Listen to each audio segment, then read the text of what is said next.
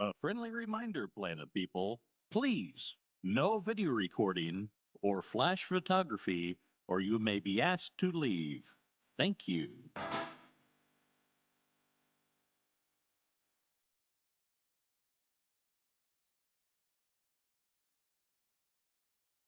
You are welcome to stay for the next panel. However, if you do not have a fast pass, please move from the reserved seating.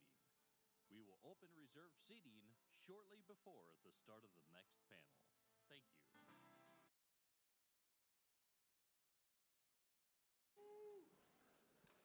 Happy anniversary, Comic-Con.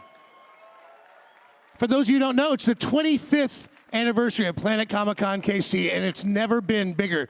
What a beautiful audience. I'm so glad you're here today. My name is Johnny Dare, and I have the honor today, the absolute honor, and probably the most unnecessary introduction in the history of Comic-Con. It's the 50th anniversary of Happy Days. Will you please welcome Anson Williams, Don Most, and Mr. Henry Winkler.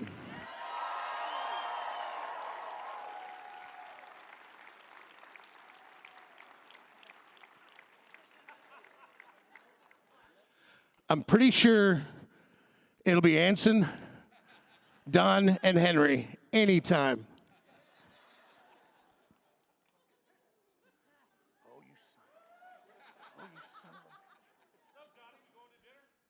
Yeah, I thought we were going to dinner. That's exactly right. Oh, let me see.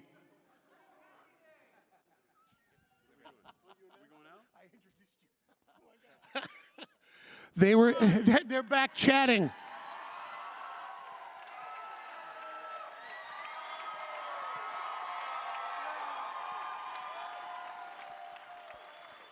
Can I tell you the reason they missed that? They were all three back there talking because they're all been friends for 50 years. I turned the corner, and they're literally just having a chat. Yeah, we didn't hear anything. We were just remembering whether or not we had an event in Houston or was it Dallas? And it was Dallas. Yes. We were think. There.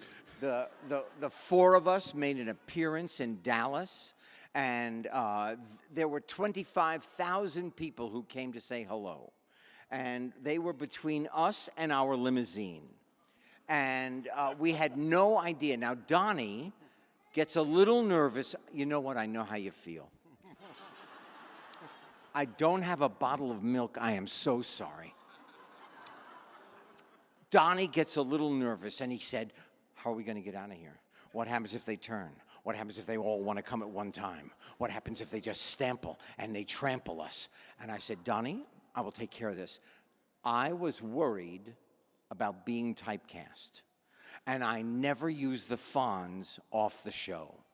I was Henry. I wouldn't pretend. I was offered $10,000 to be on a variety show to show people how to be the Fonz. Wouldn't do it. I walked up to the crowd. I said, all right, listen up. You're going to part like the Red Sea.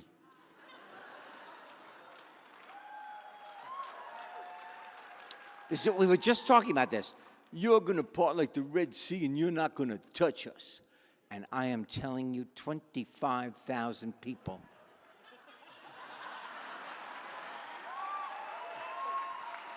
Now I'm walking through with Don, Ron, and Anson. And all of a sudden, somebody in the crowd goes, hey, look at that. He is so short. I am sorry for the parents and children in this room, but I turned and I said, fuck you, I'm not short.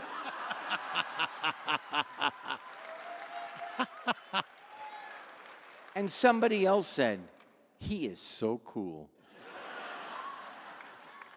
The power of the Fonz. Continues on. Can I just say that the three of us are so grateful that you are sharing the stage with us, Johnny. How many years have we been talking? More than 10. We've been friends for at least 10, More 12 than 10 years, like twice, 3 times a year? Sure. And then you have to kick me off the radio because you're so interesting. You You are the one of the best humans I know in the world, Henry. It's true. And handsome and powerful. He is everything. How much did Henry give you? Oh, he's buying dinner tonight, as a matter of fact. Now, you guys have all been friends for this entire 50 years. You met, you were just children. Yes. And it all changed for you. You got the call on your birthday, October 28th, 1974. Three. And it's We went on the air in 74. in 74, that's right, January 15th. That was, it changed everybody's life. Don, you grew up in Brooklyn. You grew up in California. Yeah? And you grew up in Manhattan. And, you know, it was like a rocket. Nobody had ever seen fame like this. And those who don't remember or know, television was different then. There wasn't an internet. There wasn't streaming. There wasn't all the pieces that could go out to you. It wasn't thousands and thousands of options. There were 3, 4, 5, 9 in Kansas City, those of you who remember. And when you were on a show like that, there was no fame. There was nothing in the world that could be like it was in television then. Weeks after you started, you went from being maybe known in your hometowns, right? Not even that. Oh, in our own house. To being the most famous people in the world. In the world. Well, it's interesting. It's quite a story. When we started, right? When we started, we were a one-camera show, like a movie, and we did okay. We were in the top 20. We weren't number one. Maybe we were 15, 12, and we were doing okay.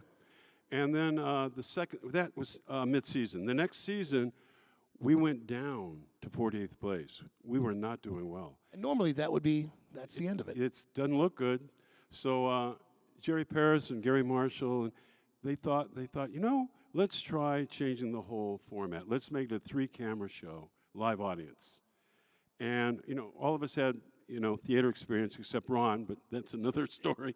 No, but that's a very important story. Ron Howard had never been in front of a live audience. And Anson just told the story last night that you were walking by the costume room on the stage 19. What did you see? There was Ron in the corner, shaking. I mean, scared. And I was going to go up to him, and no, just let him be, because he was very nervous. He had never been on a stage in his life.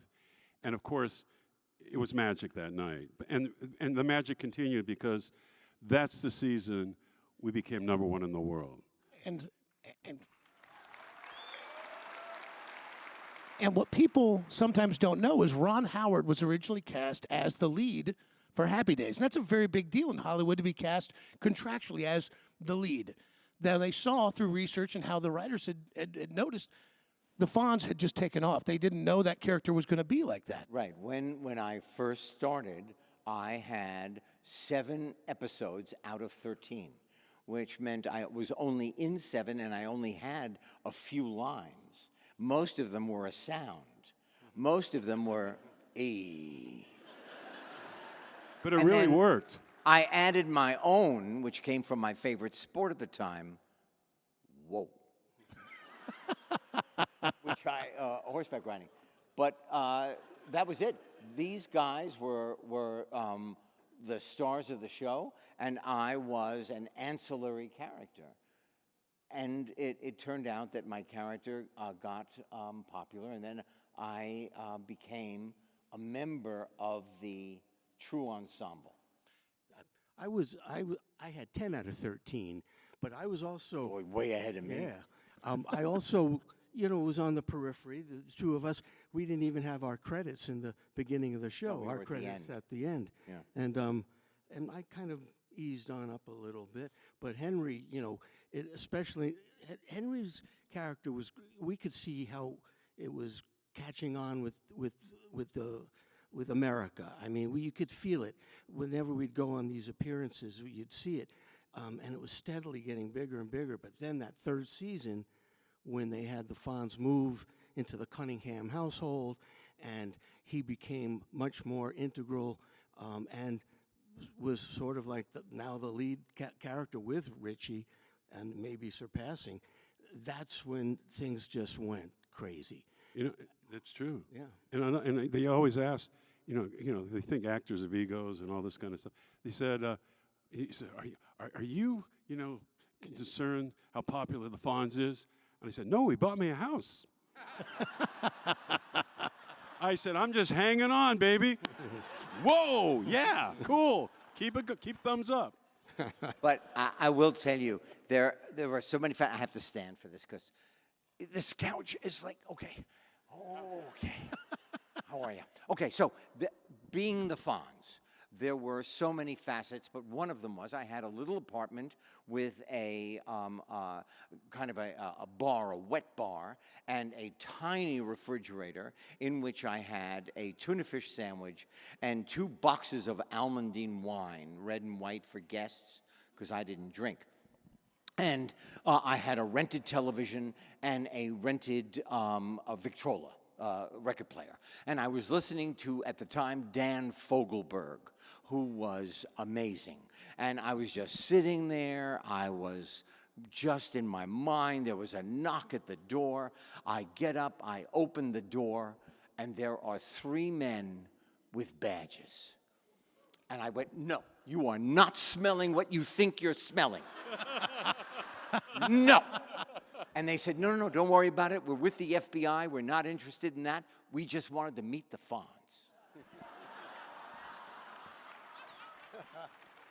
Amazing.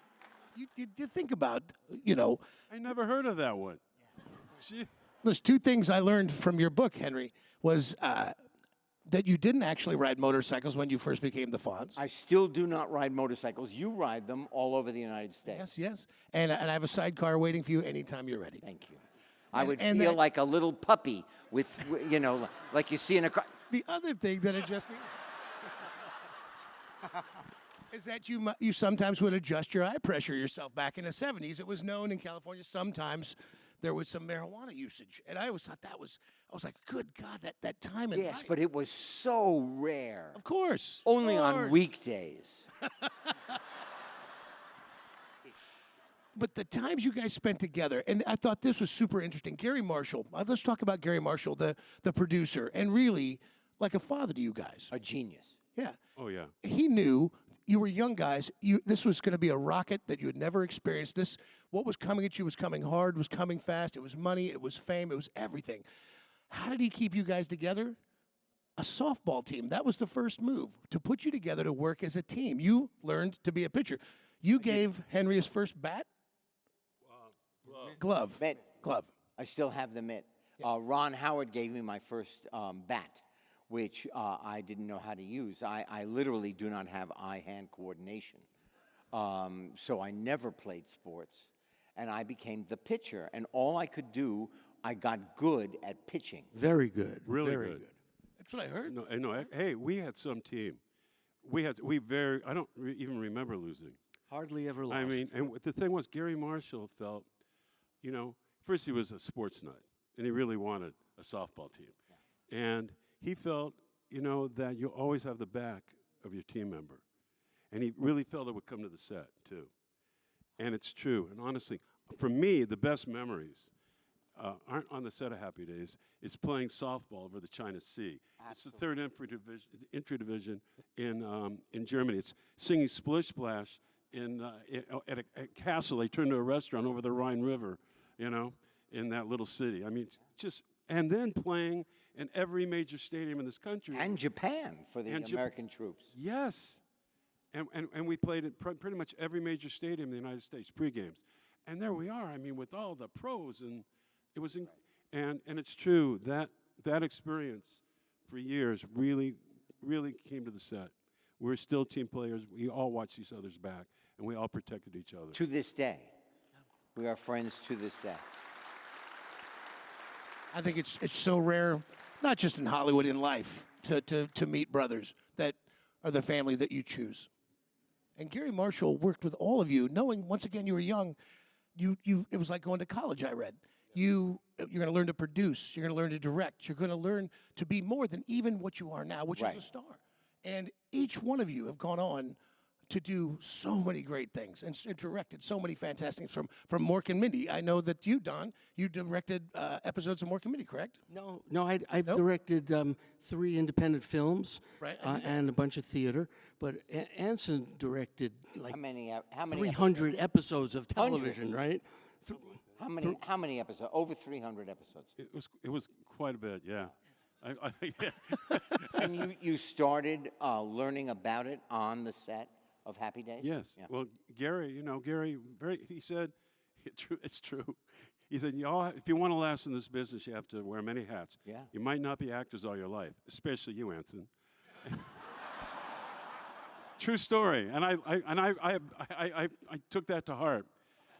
But we'd all sit there off hours or whatever.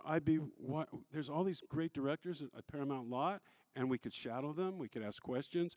I was fortunate working with Ron Howard on some of Who his. wanted to be here, but he's in Australia. Yes. He just finished a film, and he's editing it in Sydney.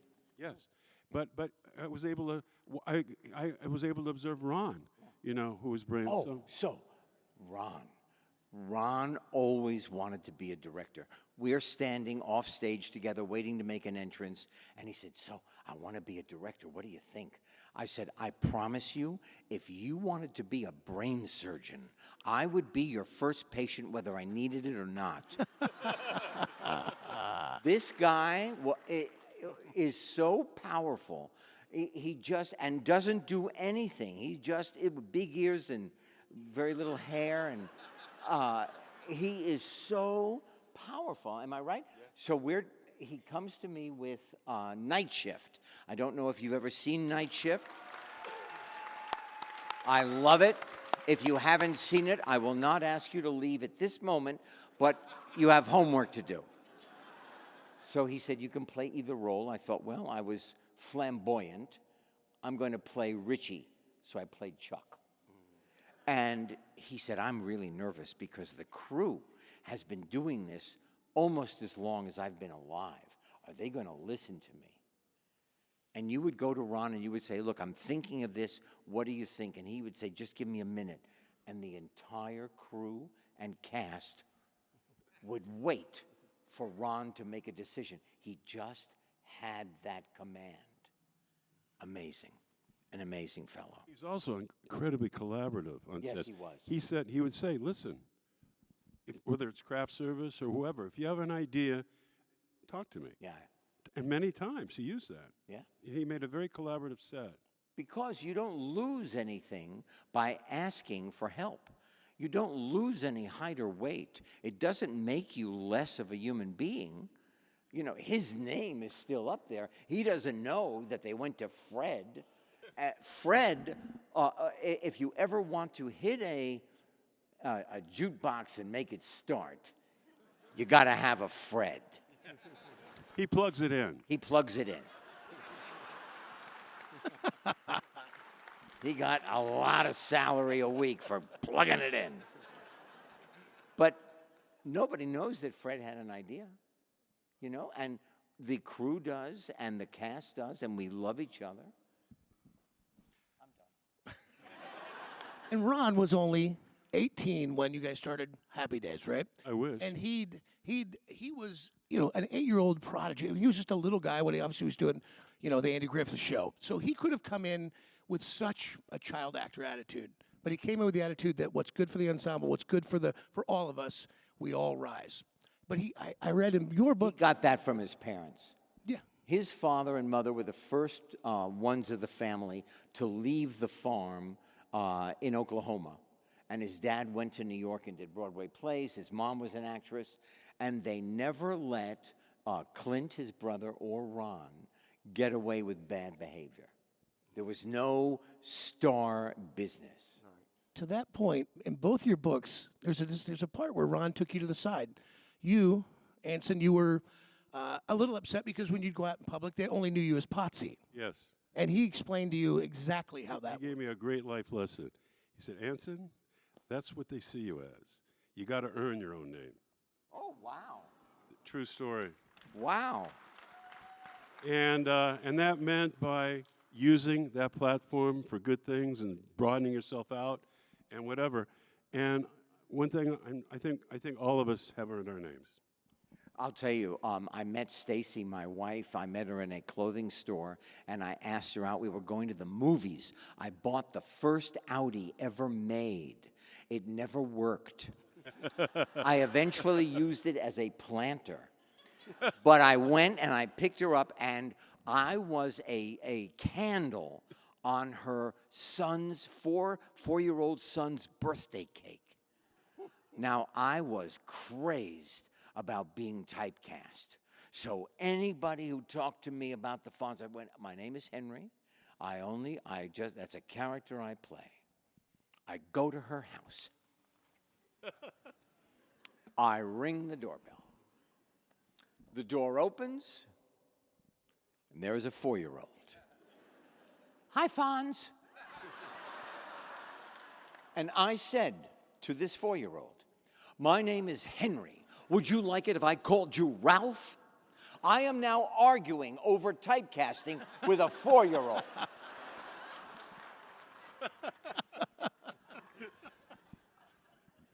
You and Ron had an interesting moment. You were frustrated by a joke that wouldn't work on the set of Happy Days. Yes. And you were talking to him, but you were probably unconsciously, you were punching the script. Not subconsciously, it was really out in the open. I was beating the script into a pulp. This is not working. I don't know how to make this work. And you know, I'm a New York actor. I went to Yale, to the drama school. I mean, what is this? And he took me, 18-year-old, I'm 27. He took me, he walked me to the back of the set, stage 24 at that time. And he said, you know, I think the writers are working as hard as they can. I don't think we should hit our script. I said, Ron, I will never hit my script as long as I live. And I didn't. He was filled with just wisdom. Well, and that's the thread that I noticed through every interview, every discussion, that all four of you are still very close. Your brothers, loyalty above all, friendship above all. I was just on a book tour for my children's book, and I went to Boulder, Colorado. Donnie just moved to Boulder, Colorado, and there he is with his beautiful wife, Morgan, in the audience. I go to Australia for my memoir. I'm touring Australia. All of a sudden, Ron says, hey, I'm here in Sydney. You're in Sydney. He came. We are in the same hall across the world. We just find each other.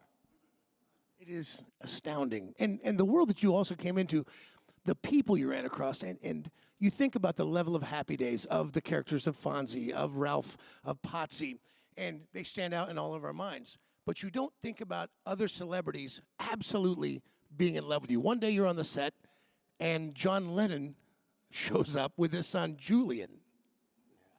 Oh, gosh. That was an amazing day. We were rehearsing the show, the Drag Race show. And it was only maybe our 6th episode. I was still in cloth. I was not in leather yet. Not in leather yet. And Anson, we took a break from rehearsing a scene that we were going to shoot, because it was one camera then in Arnold's. And Anson went over, said, I got to go get some coffee. The coffee machine was right near the entrance of the soundstage. So Anson leaves, he comes back with his coffee, but he has this funny look on his face. And he says, it's weird, there's a guy who just walked in, looks a lot like John Lennon. And we're like, we're laughing, going, yeah, right, John Lennon's coming to see us. And then like a minute later, we see this guy with the long hair and glasses, and we're all looking at him, and our jaws are on the floor, and it's freaking John Lennon. With his son Julian. And he was so humble and soft-spoken. And shy. Very shy. I couldn't get him to get into a conversation until I mentioned his solo album. And on his solo album, he had a song called Mother.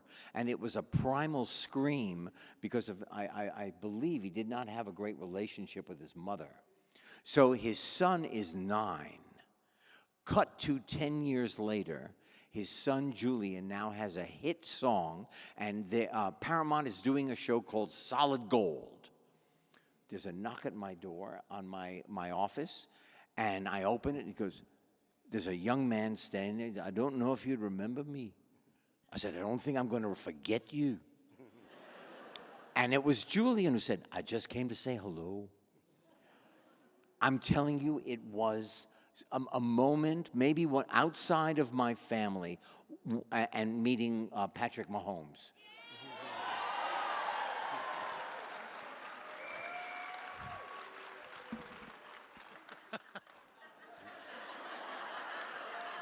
He has never called for dinner. Okay. You know, Aside from those 2 moments, it was one of the great moments of my whole life.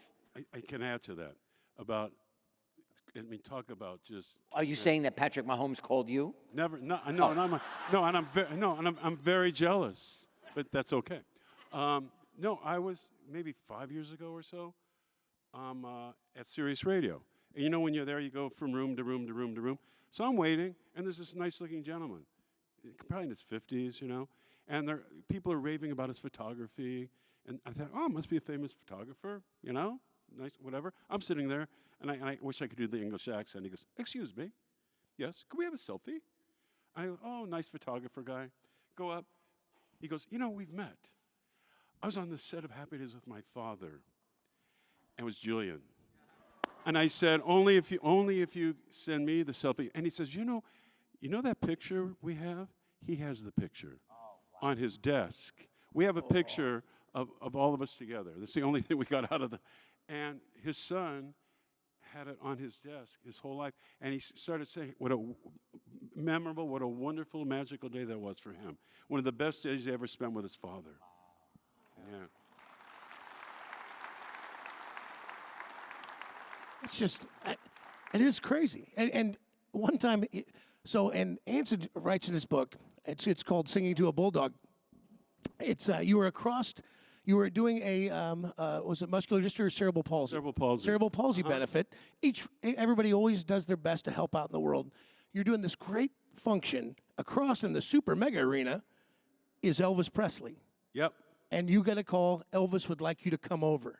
No, that was, what happened was, you know, when you go there to do a charity event, there's usually a volunteer taking you around, and it was this really wonderful lady, and her son had cerebral palsy. And his son, I mean, and there were posters all over the place, Elvis coming, and it was the next night. And the little kid is singing Elvis Presley songs. He's just enamored by him. So wonderful. So we're doing the telethon, and there's kind of a break coming up, and all of a sudden, the lady comes in with her son. Would you like to meet Elvis? I go, what? What are you talking? Because they were at a restaurant, and I guess Red, one of his best friends, invited them to meet Elvis as he came off stage, coming out. Do you want to come with us? It's literally across the parking lot. Wow. So we're wheeling this wheelchair across the parking lot, and we're there, and there's their walkie-talkies. You're in a wheelchair? No, the kid. You know, maybe I should have been. But anyway, so we're there, and Elvis, and it was a couple of years before he passed, so he wasn't looking great, but he comes out. He's Elvis. He comes out and goes, and he goes right to the ceiling and goes, how you doing? He takes the scarf off, puts it around his neck, spends just considerable time just lifting this kid's spirits. He cried, and I'm going, Elvis. And he goes, oh, Anson, yeah, I love you singing. You heard me sing? I'm so sorry. I didn't mean to sing your songs. I'm sorry.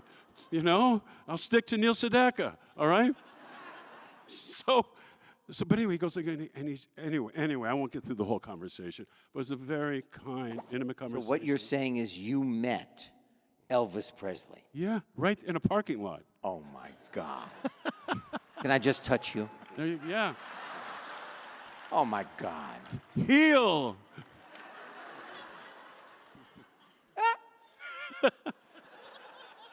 Yeah, you know. And that's what you would do on the weekend. Like you I guys call would- him Ellie, you know, whatever. Of course, of course. You would shoot all through the week, and then you guys you would have shows. You would either go out and you would entertain. You would do Yeah. appearances, but you also had tours that you would go. Yeah. And you're an amazing singer. I just heard. He's the best. Oh my God. Have you heard Donnie Most sing? It's incredible.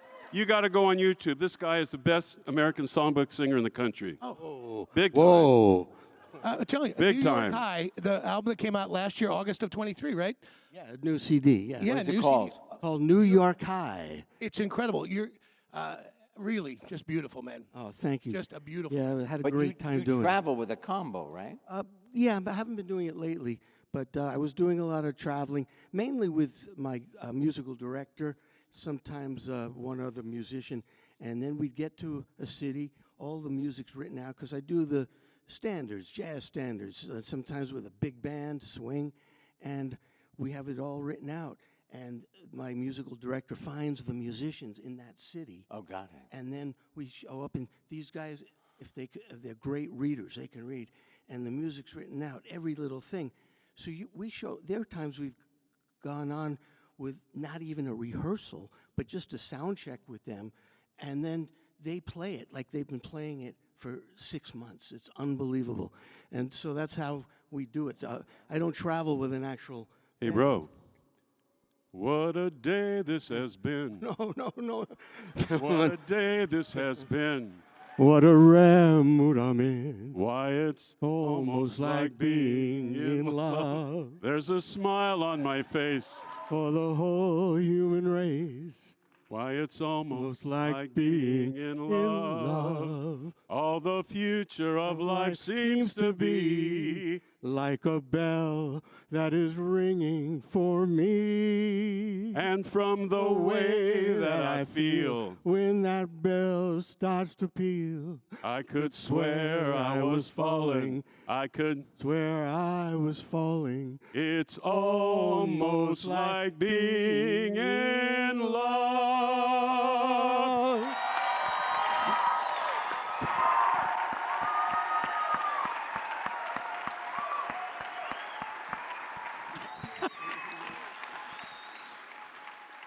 Don, you'll be in Kansas City Wait pretty a minute. soon. You We start. cannot rehearsing. let that go by. That was an amazing moment. Oh my God! You'll notice I was just really quiet. I'm sorry. I sang once, and I'm telling you, several tile fell off the shower wall.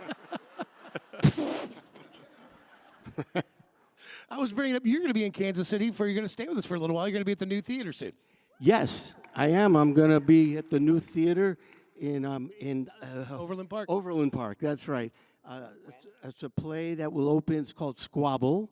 It opens April 24th, running through the end of June. So I'm really looking forward to coming back.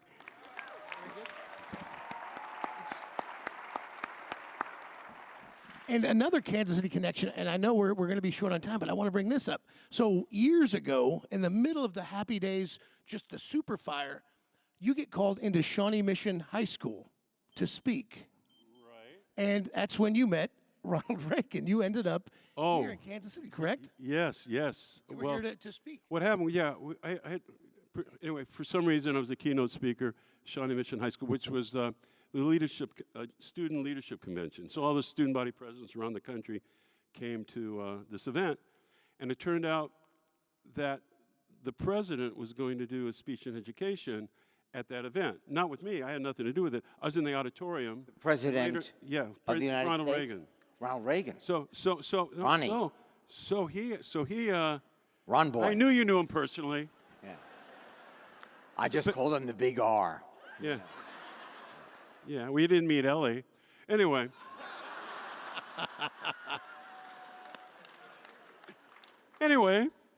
So Can I just say I am upset about that? I'd rather should. meet Ellie than the Big R. There you go. Yeah.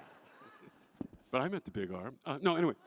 The thing answers, and he's doing his big education speech in the gymnasium.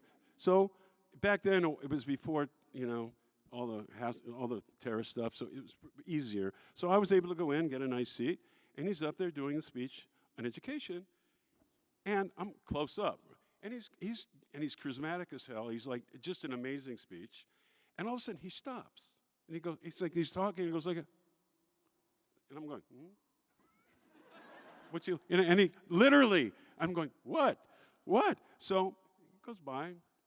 Speech ends. That's great. They come up and they say, "Would you mind? Would you like to be on the receiving line as he goes out to the, out the door to his car, and all that?" I go, "Yeah." So there's about 40 of us, and the Secret Service guy comes up and says, "Mr. Williams, just could you please come with me?" I went, "Oh God, what came up on the computer?" I knew. So we're at Shawnee Mission High School, like lockers, hallway. Leader of the free world in English class, So we're going down, all of a sudden they go, knock, door opens. There's the President of the United States, literally at the time, a phone out of a briefcase.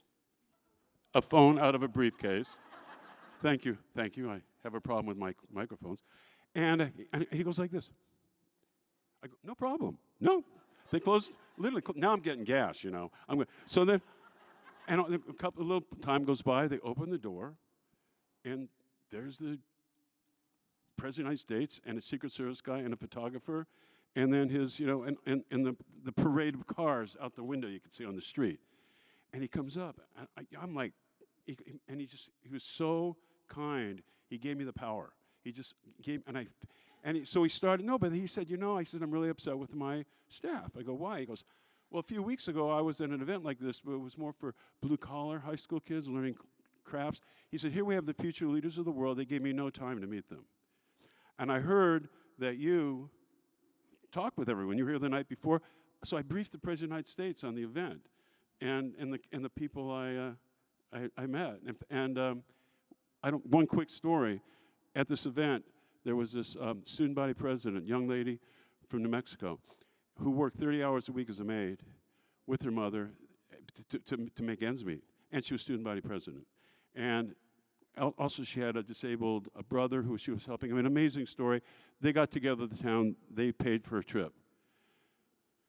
And you just wanted to do something. Well, I told the story to President Reagan. And he said, I remember he writes down her name. And he says, "She's been in a maid long enough. We have programs for this." And he turned her life around. He actually came through. So, yeah. That's the common thread through all of you, through Ron Howard, through you, Anson, through you, Don, through you, Henry, is to whom much is given, much is expected. And all of you have tirelessly done this. Henry, you grew up dyslexic, but you weren't diagnosed. You didn't know why. Your own father called you stupid dog. And it was a terrible, hard childhood. Even to the point when you were doing readings at the table with them, you had to cover that you couldn't always. It was terrible because I was trying very hard to be funny, to cover my mistakes. But, when I read the end of a sentence, it is a cue for the next actor to say their line. And my eyes would go kablooey, and I couldn't even see the lines on the page, so I made it up. So nobody knew when I was done, when they should come in. So, I screwed them up a lot every Monday morning when we read around that table. But that led to one of the greatest things, all of the children's books that you've written, all of the ones. Well, I'll tell you, Johnny, that is an important lesson in my life. In about 2001, I had finished a play with the late John Ritter on Broadway. I came back to L.A. John Ritter, I'm telling you, everything you ever think John Ritter is, he was more. What a guy. But anyway, I did a play, couldn't get arrested. Somebody said, "Write books for children about your dyslexia, about your learning challenge." I said, "I can't do that because I'm dyslexic." And they said, "I'll introduce you to a woman, Lynn Oliver." We went to lunch. We broke Hank Zipser over lunch. And I went from thinking I can't do this to we just wrote our 40th children's novel. Wow. And I thank you, but I tell that story because there is more than one way to accomplish anything. I walked around the room and talked, she typed. She had an idea, she typed, I waited. She read it back to me, we argued over every word. That is the way we have written 40 novels together. It is, I'm telling you, if you have something in your mind that you want to do not be like I was and talk yourself out of it. Just put one foot in front of the other and get to where it is you want to go.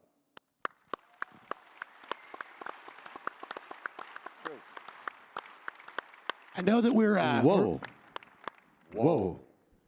I know we're running short, but would you like to take a couple questions before you leave? Have we got a couple people lined up? You could follow rules. You could go over the time. It's okay. Is everybody having a good time? Yeah. All right. There is a man in a Chiefs shirt. Actually, it's not a Chiefs shirt. It's a Waterboy shirt. I knew I would get it on the second try. You might get it on the third try, G.I. Joe. Johnny Dare, first off, you son of a bitch, you pulled it together. Thank you, man. All right. Nobody watches this, listens to the show in the morning. Here. Well, they are now. What time are you on, Johnny? Monday through Friday, 6 in the morning till 10, 6-ish, 6:15-ish, whenever we get there. There you go. You have a question for these guys? Yes, Johnny Dare, first off, I'm Sergeant Brossum. That's been trying to get you down to my prison down there, Lower West Bottoms. Henry, my first name is Hans. My cousins had a speech impediment, so they called me Hansi. So, what do you say for that? What do I say, what? What do I say to that? I say that that person with the speech impediment is cooler than I am. What was that? Thank you, Mr. Grogan. Oh my gosh. Hi, my name is Cecilia. Hi. Hi. Sorry. I grew up watching, reruns. I mean, I'm a younger person. I grew up watching the reruns of, Happy Days on Nick at Night, and it still is one of my favorite shows. I love that it's something that I could watch with my whole family, and you guys are amazing, and I always thought that you guys were so cute on the show, and you're still just so handsome. Just, oh my gosh. And I just wanted to say that, and I love you guys. I love those questions. Those are.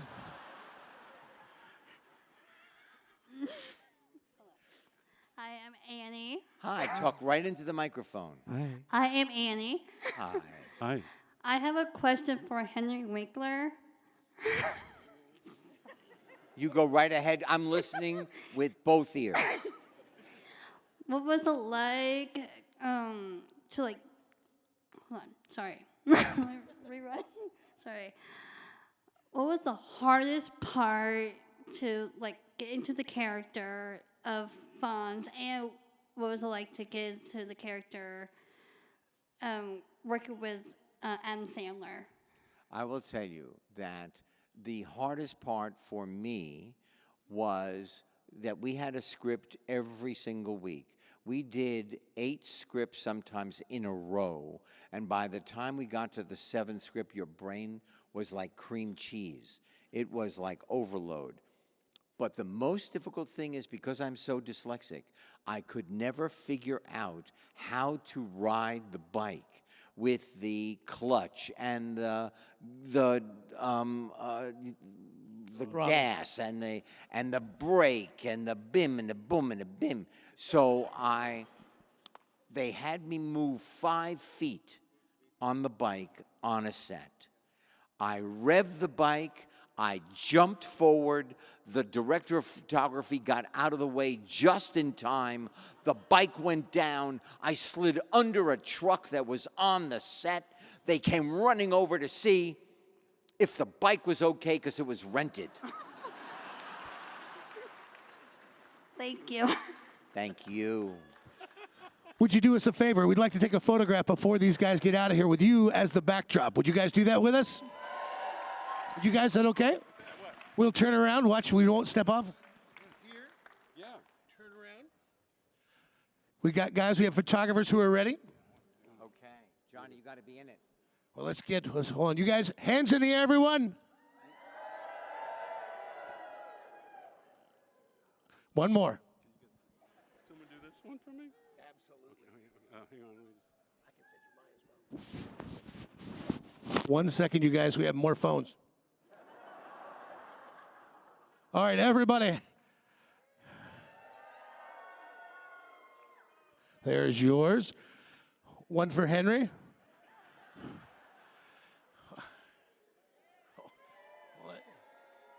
Everybody say Fonzie. One more Fonzie. Perfect. One for Mr. Most. Everybody, Ralph Mouth. Ralph Mouth. Perfect. We'd love one with you guys all in one. Yeah, come on, Johnny.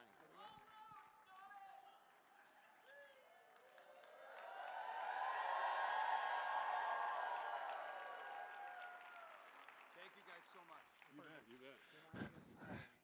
On behalf of the 3 of us, thank you so much for coming here and spending your time with us. Thank you so much that we all got to be together. Yes. Thank you. Thank you. I didn't realize there's so many people. Johnny Dare. Thank you, Johnny Dare. Johnny. One of the great radio personalities in America.